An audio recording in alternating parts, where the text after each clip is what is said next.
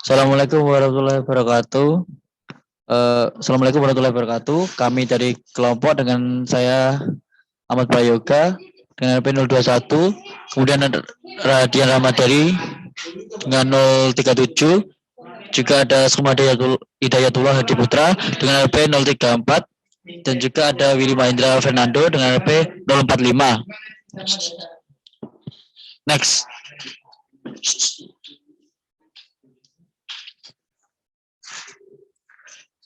BCT operation atau transistor persimpangan bipolar merupakan sebuah perangkat semikonduktor yang dibangun dengan 3 daerah yang didoping.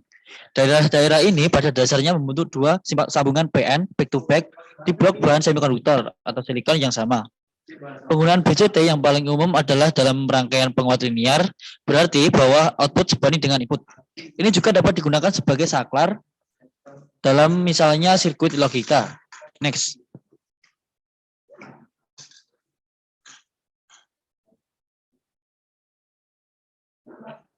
Untuk mengoperasikan transistor dengan benar, kedua sambungan PN harus dibias dengan benar dengan tegangan DC eksternal. Gambar menunjukkan pengaturan bias yang tepat untuk transistor NPN dan juga PNP untuk operasi aktif sebagai penguat. Transistor terdiri dari 3 bahan semikonduktor terpisah yang disatukan untuk membentuk 2 sambungan PN. Titik di mana emitor dan basis bergabung membentuk sambungan PN tunggal, sambungan basis, dan sambungan emitor. Persimpangan kolektor kemudian basis atau titik di mana alas dan juga kolektor bertemu. Next.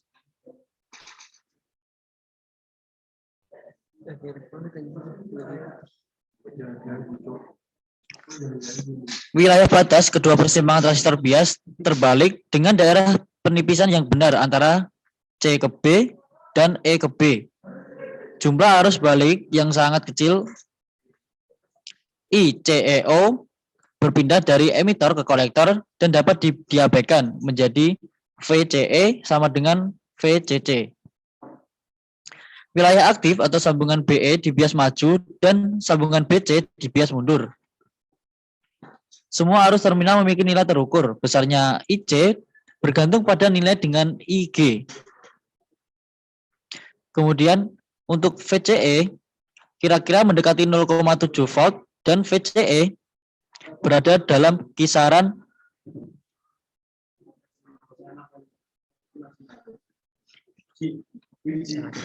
next.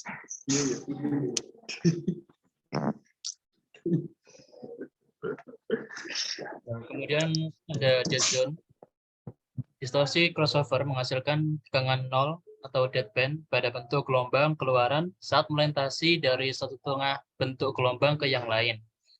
Alasan untuk ini adalah bahwa periode transisi ketika transistor beralih dari satu ke yang lain tidak berhenti atau mulai tepat pada titik crossover 0 sehingga menyebabkan penundaan kecil antara transistor pertama off dan transistor kedua menjadi on. Penundaan ini menghasilkan kedua transistor yang dimatikan atau off pada saat yang sama menghasilkan bentuk gelombang keluaran seperti yang ditunjukkan di samping ini. Kemudian ada Q point. Istilah bias DC menyangkut pemberian tegangan DC kepada transistor untuk mendapatkan level tegangan dan arus yang tetap. Dalam penguat transistor, level tegangan dan arus yang tetap tersebut akan menempatkan suatu titik kerja pada kurva karakteristik sehingga menentukan daerah kerja transistor. Oleh karena titik kerja tersebut merupakan yang tetap dalam kurva karakteristik, maka biasanya disebut dengan titik Q. Pada dasarnya, titik kerja suatu rangkaian penguat bisa diletakkan di mana saja. Namun, agar rangkaian penguat dapat menguatkan sinyal dengan linear atau tanpa cacat, maka titik kerja diusahakan ditempatkan di tengah daerah aktif. Di samping itu, yang perlu diperhatikan adalah agar titik kerja yang diletakkan di luar batas maksimum dari arus maupun tegangan yang sudah ditentukan oleh pabrik. Apabila hal ini dilanggar, maka transistor akan panas dan cepat rusak. Agar transistor bekerja pada suatu titik kerja tertentu, diperlukan rangkaian bias. Rangkaian bias ini akan menjamin pemberian tegangan bias bersambungan EB dan BC dari transistor dengan benar. Transistor akan bekerja pada daerah aktif bila persambungan EB diberi bias maju dan BC diberi bias mundur. Dalam praktek dikenal berbagai bentuk rangkaian bias masing-masing mempunyai keuntungan dan kerugian. Kemantapan kerja transistor terhadap pengaruh temperatur merupakan faktor yang perlu diperhatikan dalam menentukan bentuk rangkaian bias.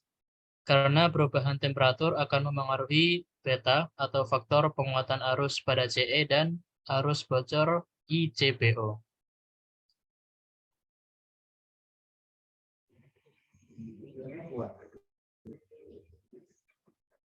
Selanjutnya adalah pengaruh alfa terhadap transistor, karakteristik arus bipolar junction transistor.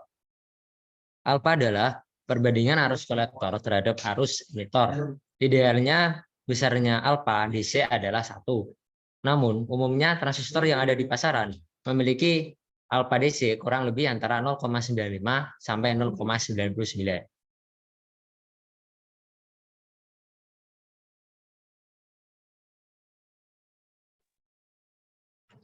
Selanjutnya yaitu pengaruh beta terhadap transistor. Beta adalah rasio arus kolektor terhadap arus basis dan biasanya merupakan angka yang besar, sekitar 50 hingga 100. Beta sebagai penguatan arus dengan rasio kolektor atau basisnya LC/LB dan selalu lebih dari 1. Karena arus emitor adalah jumlah arus kolektor dan arus basis, maka dapat diturunkan nantinya hubungan antara alfa dan beta. Lalu ada nilai maksimum beta berkisar antara 50 hingga 250. Konfigurasi dalam transistor sendiri yaitu ada 3. Yang pertama konfigurasi basis umum, yang kedua konfigurasi common emitter, dan yang ketiga konfigurasi kolektor umum. Lalu beta mengacu pada BJT, yaitu transistor persimpangan bipolar. Dalam perangkat ini harus meninggalkan emitor dan melintasi ke basis dan sebagian besar dialihkan ke kolektor. Sekian presentasi dari kelompok kami, kurang lebihnya mohon maaf. Assalamualaikum warahmatullahi wabarakatuh.